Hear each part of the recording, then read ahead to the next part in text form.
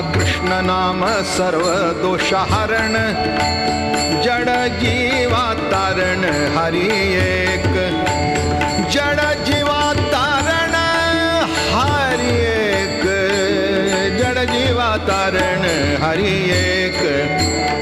हरी नाम सार जीवा या नामाची, उपमा त्या दैवाची कोण वाणी, उपमा त्या दैवाची कोण वाणी, उपमा त्या दैवाची कोण वाणी. ज्ञानदेवा संग झाला हरिपाठ,